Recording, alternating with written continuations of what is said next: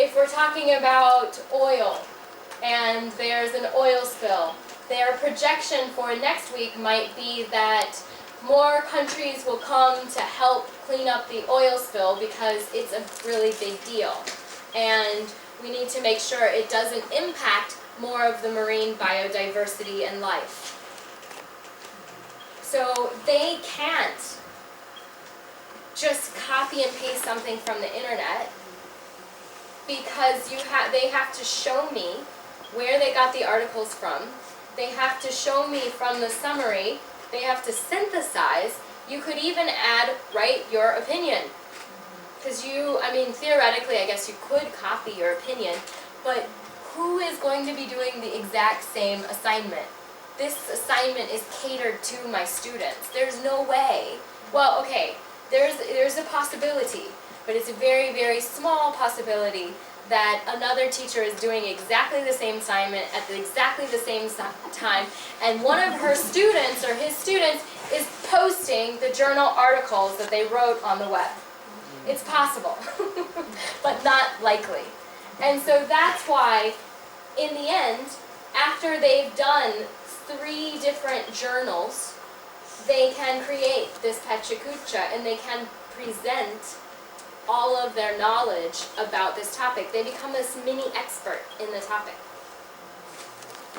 But I'm glad that you asked that question so I could make that clear. Thank you for that. Are there questions and answers after the presentation? Yes. As when I stop. Yeah, when I stop, this would be graded? You would have to add more to the rubric. I think that the question and answer, as I explained previously, like the question and answer is really important to me, because similarly to what you said, like they are using their own words, but they can memorize a presentation. But they cannot memorize their question and answers because they're right there. Be careful though, because students will write the questions and they'll flip them to their friends. And so they have prepared the answers, but frequently I will start asking questions, and that happens, but it's not so normal for that to happen. Just some really clever students will be like, haha, I'm going to pre-prepare this. But their responses to the answers allows you to assess their knowledge, their breadth of knowledge about the topic. So yes, it's there. Yeah. I would like to ask about the first slide. What I mean, when I saw it, I was surprised and a little bit frustrated, because what will be about? As it's from my experience, when we prepare a presentation for, not like a story, but presentation a little bit more scientific, as I don't know, we should represent the plan. And as a teacher, I understand that it will be easy to assess when I know what will be in the presentation for sure, me. Of course. And at the beginning it should be, I don't know, it works in this reason, but for the real presentation, to prepare the audience to listen to, it will be easier for us to listen to when we know the topic according to the planning point. So that's great. In terms of, remember how we were talking about there were issues in the planning of it? So that would be another reason that it's not a 4, right? That's one of the reasons why it's a 2 or a 3, because it's not very clear, the order. However, one of the reasons that I think I like Pecha Kuchas is because in scientific, or presentations that we normally see, we see this and then we see this. It's boring. By starting with the water, you were surprised, so you were listening. You were like, what on earth is she going to talk about? What is this water? I'm offended by the water. I want to know what gives her the right to start a presentation with water. But you were engaged already in my presentation. With water, I mean. Yeah. Presentation with water. Yeah, no, I won't start every presentation with water. But part of the idea is that when we write essays, we're supposed to have a hook. This is not a hook,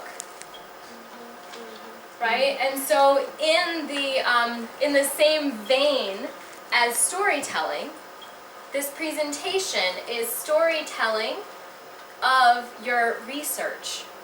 And so you want to start with a hook. You want the audience not quite balanced. You want them going, what is she going to talk about? This is really, what? So, but not too much of that, right? So maybe the next one would have been the agenda. So, the next one after the water. Yeah, after the water could have been agenda. But that's, I mean, that would be up to you as a teacher, just making sure the students have some way of sharing what exactly to expect. Or it could be water, and during the water I make my hook, but then I also say what the presentation will be like. So, I mean, there's many different ways. I would allow flexibility. Like, I would wait, and if I heard them say, I'm going to be talking about, and this first, this second, this third, then I would understand that they told me, and it was logically ordered, and, well, I mean, if it is logically ordered, but that they're following the steps.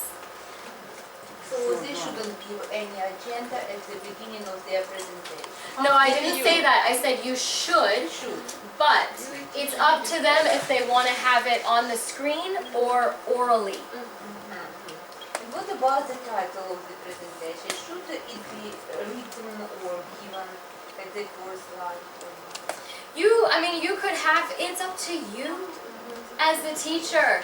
If I were doing this in class, I might have them, because I think they need to introduce themselves, I might have them come up and say, hi, my name is so-and-so, and today I'm going to be talking about yoga and meditation.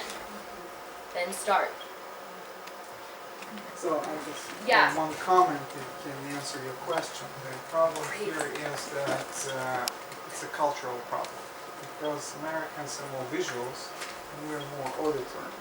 So, and when you come up with such presentation in our scientific world, so it's not accepted, because people can't understand it. And for example, my students, when I teach them making presentations, they often try to use as much text on the slides as possible, and it's difficult to teach them not to use this, because this is cultural. I would disagree with you that it's an American versus Ukrainian thing. That's exactly. Because, no, it's not. Because this is typical for Americans. This is not, this is Japanese.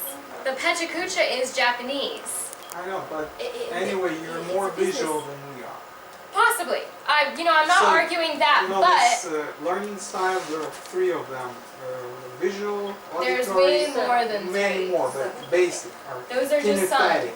Kinesthetic, yeah. Kinesthetic, right. Mm-hmm. And you are more visual than we are. And this problem comes from there. So we don't really realize what we use presentations for. And that's why we want look to at teach it, them, right? Yes. So that we can make a difference between the gap. Because also, American students are now more like on the Pecha Kucha side, but when I was a student, this is what I was like. I still am like this, you see it. Like you've been to how many of my presentations? Some of you have been to like 20 presentations. They always look like this. I never use pictures, I never use visuals. But I like the Pecha Kucha style because it forces them to be better than I am.